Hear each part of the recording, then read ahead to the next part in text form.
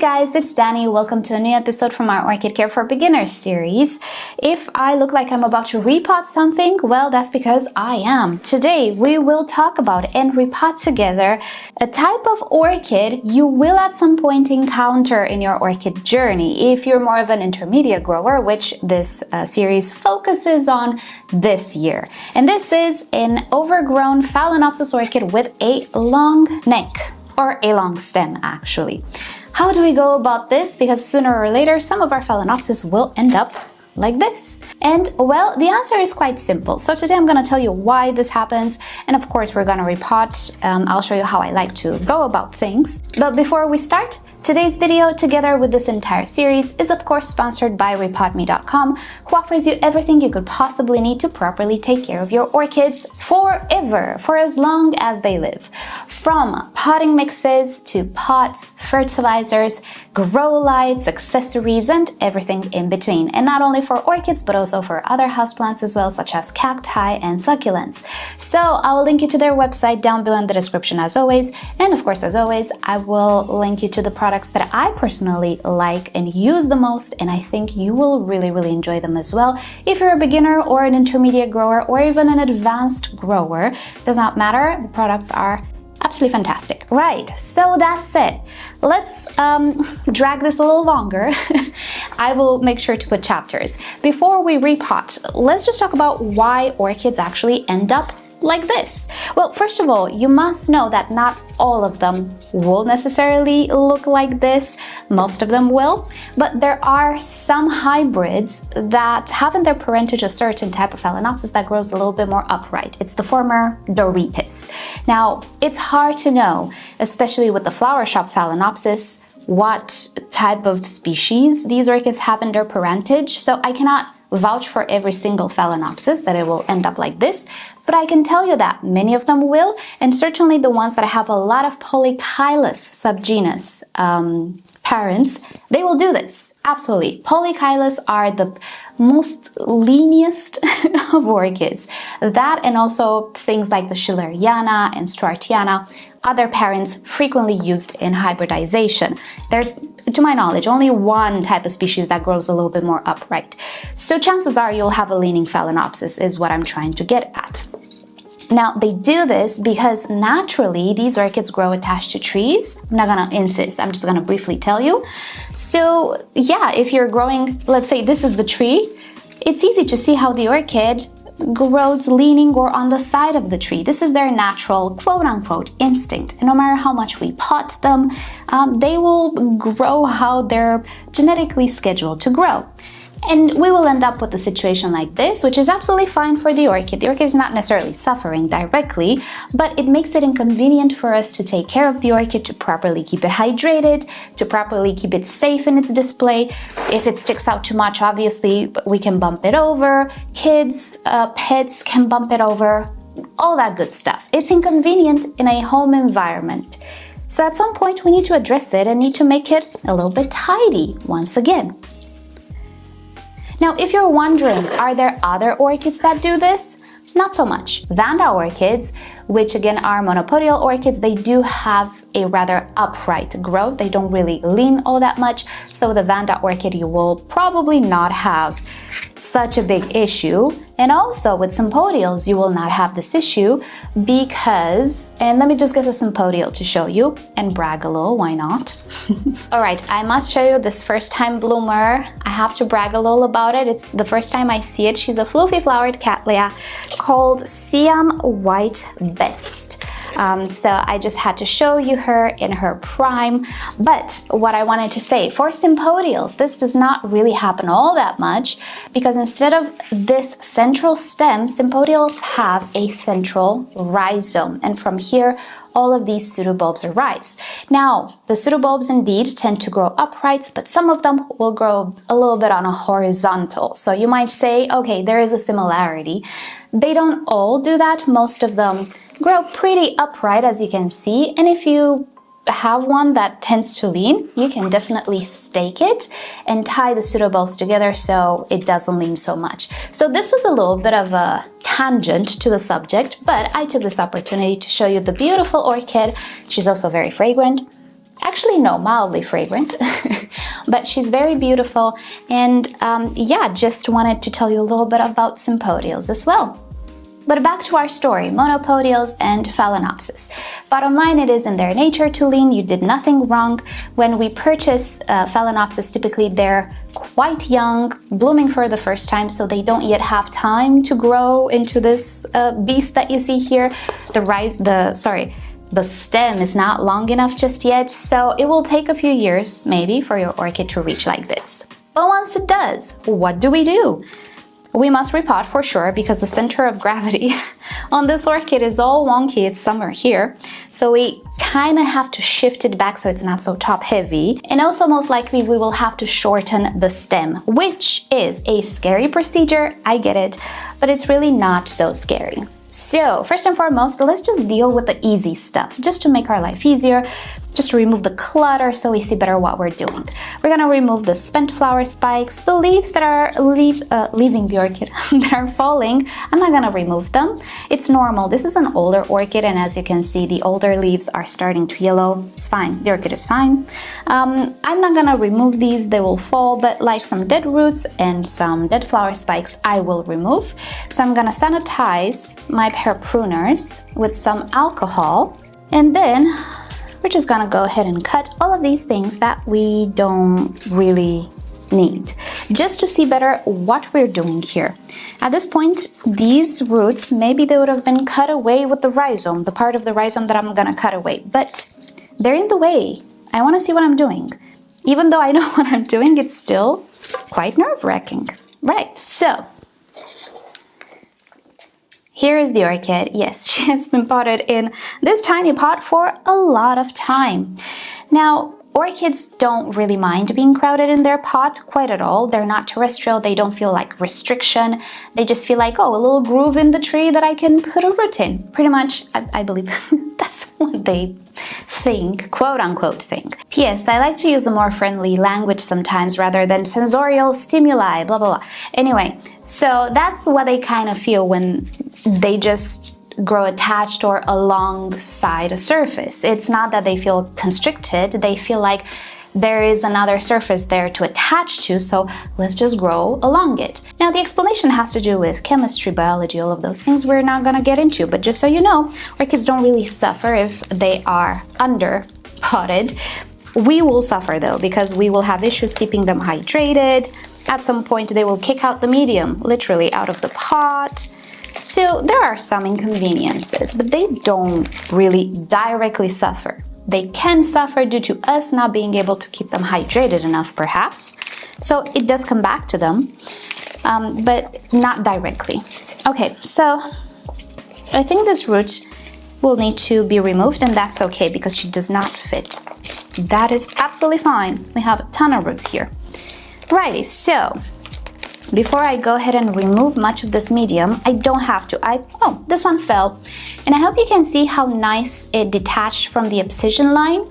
All Phalaenopsis have this abscission line, and not only other species as well. So that's why typically I don't like to cut these leaves, because when they're ready, they will just fall on their own, very nicely detached and sealed by the orchid herself. Right, so I just wanna see the stem here, and I can see, I'll get you closer, I can see there is a portion of this stem that is dry. That is very safe to cut into. So let me get you in close as I talk. This side is the oldest side of the stem, so I can easily cut into it and nothing bad will happen. But as I go up, I'm not sure where the green will start. So my cuts will be not like directly here, because this is where I think I should cut. They will be closer and closer to the newer side. I'm gonna do this in steps, let's say, just so I don't hack away at the stem. Now,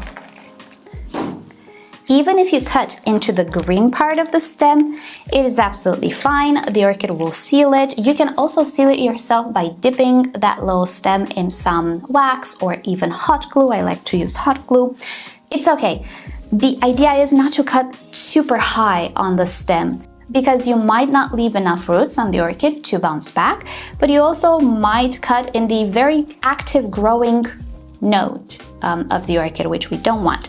So probably, I'm not sure, we'll see. Probably my stem will have to be cut up until here. That's a visual thing, but I don't know.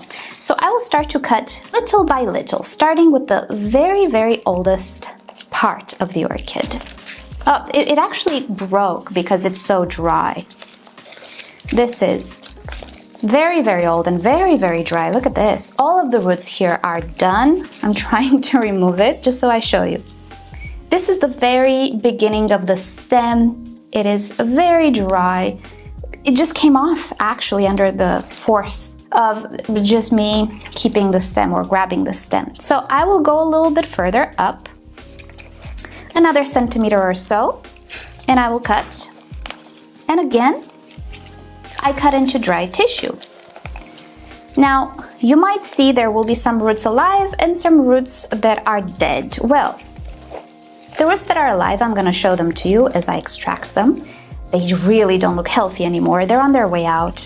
So even if these roots are not completely mushy yet, they will go mushy very, very soon. My goodness. There we are.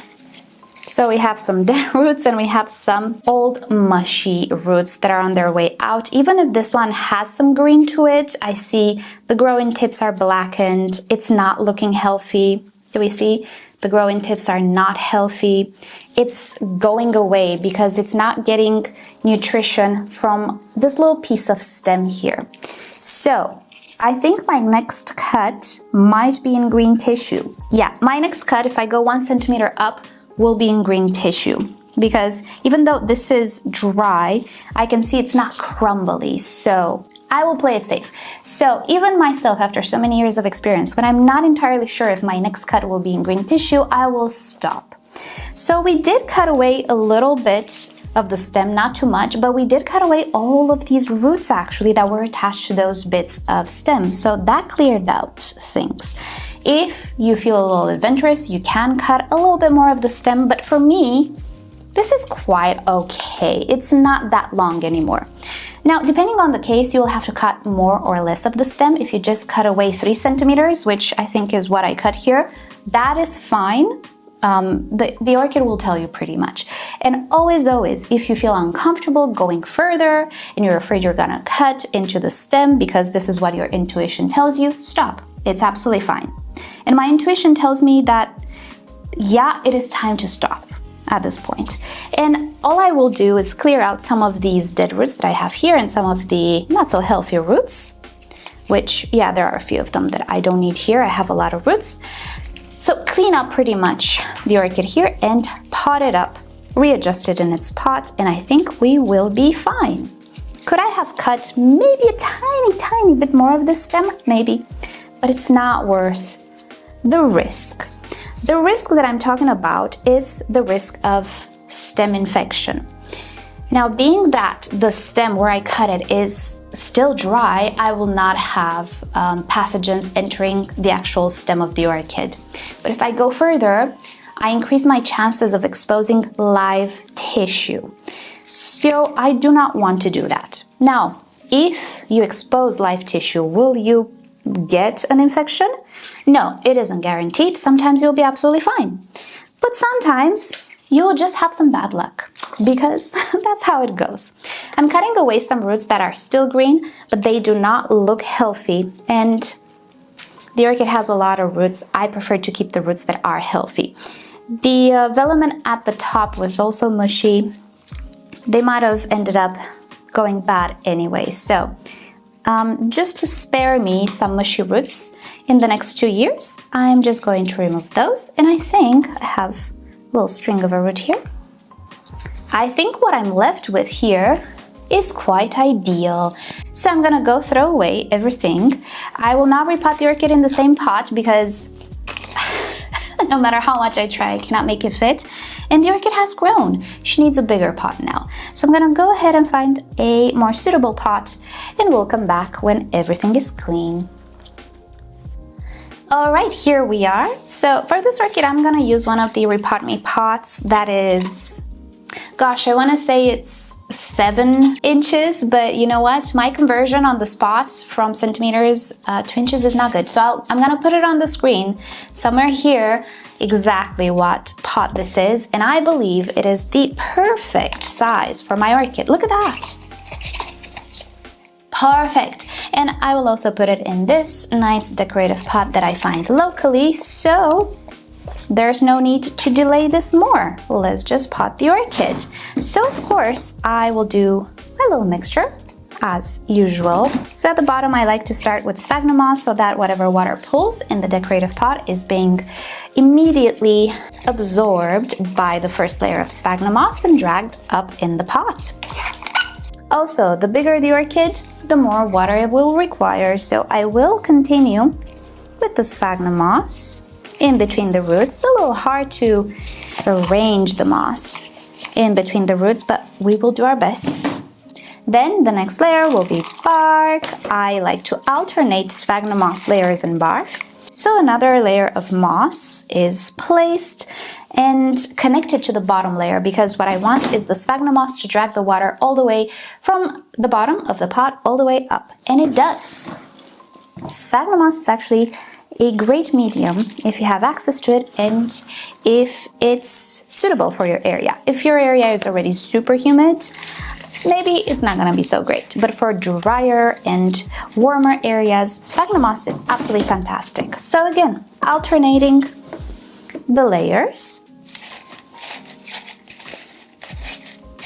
And on this, what I think will be the last layer of sphagnum moss, I will add some slow release fertilizer. Did you know that the MSU now comes in slow release form as well? Yeah, I love slow release fertilizer, because sometimes I really, there's hair. Sometimes I really am in a rush, and rather than preparing my water, my fertilized water, you know, I'm just using the plain water. And I don't have to worry about my orchid not being fertilized because I have the slow release fertilizer in the pot. So I love slow release fertilizer. So that's why I'm gonna add it to this orchid as well. Bonus, Phalaenopsis orchids, especially these big ones, are pretty hungry orchids. So I'm gonna add a hefty 2 pinches here of slow release fertilizer. And then my last layer, I like to make it bark. It's like mulching, if you will. Because if I leave the sphagnum moss exposed like this, it tends to get cyanobacteria in my area, which can produce byproducts that affect root tips and tiny little stems on some orchids. So if I shade pretty much the top layer with bark, I will not have to deal with cyanobacteria, because bark is actually not a very wicking or not a very absorbent, not an absorbent material quite at all, especially fresh bark. So it will stay dry, and cyanobacteria needs water, constant water, to survive. Righty, so we are done with this orchid. This is one of my oldest Phalaenopsis or Polychilus Phalaenopsis type orchids. I don't even have a date. So I did repot this one a long time ago. She was due for a repot. And even though we didn't cut too much of the stem, whatever we cut did make a difference. I did manage to arrange my orchid a little better in the pot. She's still to one side. She will still lean, and that's okay. That's why I have the decorative pot here to support a little bit her weight. But as you can see, even though, yes, a little top heavy, it's a little bit better than how she used to be. Oh, I just had a little bark here. Right. Yeah, look at that. I've arranged a little bit her center of gravity. She's not falling over. Okay, and the pot is super light because the medium is dry. So what I will do now is go water the medium very well and put the orchid back in its place in its new decorative pot and call it a day. And that has been it. Easy peasy, right? So what can you expect from this orchid from now on? Pretty much like nothing changed. She will not feel her stem has been cut. It's just like a normal repot. If you manage to save a lot of the roots, you will not have setback either. Everything will be okay. It's like it never happened. Right, so that said, that's about it for today. Thank you so much for watching. Hope this video will help you. Let me know in the comments, have you ever had to deal with a long stem Phalaenopsis? How is it doing now? yeah, at some point we will have to deal with them, but that is okay. It's just a little scary, but it's no big deal, as you could see. And with that said, thank you so much for watching. Thank you rePotme for sponsoring yet another Orchid Care for Beginners episode. And with that said, I hope you'll have a great day, and I'll see you next time. Bye!